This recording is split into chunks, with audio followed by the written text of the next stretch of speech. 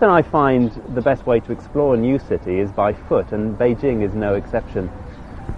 We get a lot of bad publicity here about the pollution, and there are many bad days, but there are good days as well, and during those days I like to try and take off by foot and explore the city using the myriad of lakes and canals and rivers that are dotted around the city that allow you to see a very different side and means that you don't encounter so much traffic.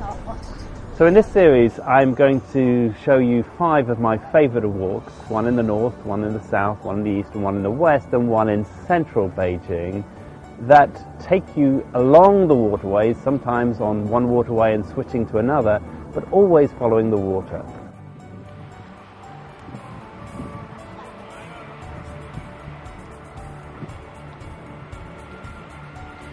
Although the history of the city goes back more than 3,000 years, it was Kublai Khan, the grandson of the great Genghis Khan, who introduced a lot of the new water to the city, and it was from his infrastructure that we now get many of the waterways.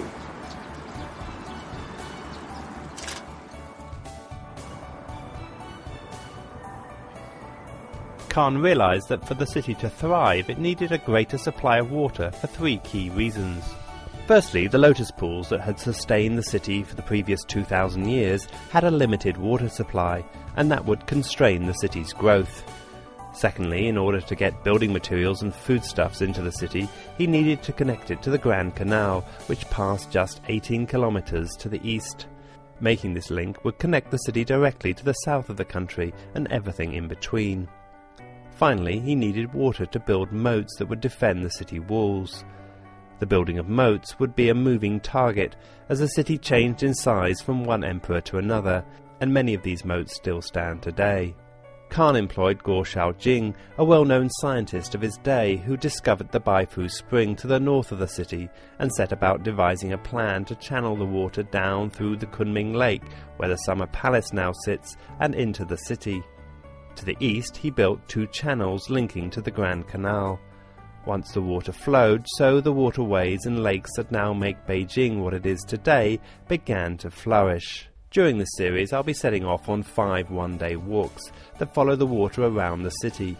In the first I start in the centre, walking the lakes and moats within the second ring road. In the second I start out at the Summer Palace and follow the canals that run west of the city, linking the Kunming Lake with central Beijing. In the third and fourth I walk partway along the eastern canals that connect the city with the Grand Canal, and in the last episode I walk a northern loop following moats that demarcated several different eras of the city's history.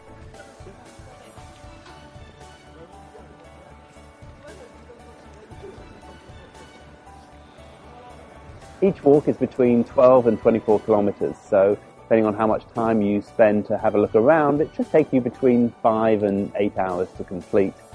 There's not always water and food along the way, so I recommend that you take a backpack with you and you put within it enough food and water for the day. I also recommend a phone with a GPS on it, because occasionally you're going to have to come off the waterways onto the streets and then find your way back on again, and this can be very useful to do that. I hope you find the series useful. I need to get going and get walking.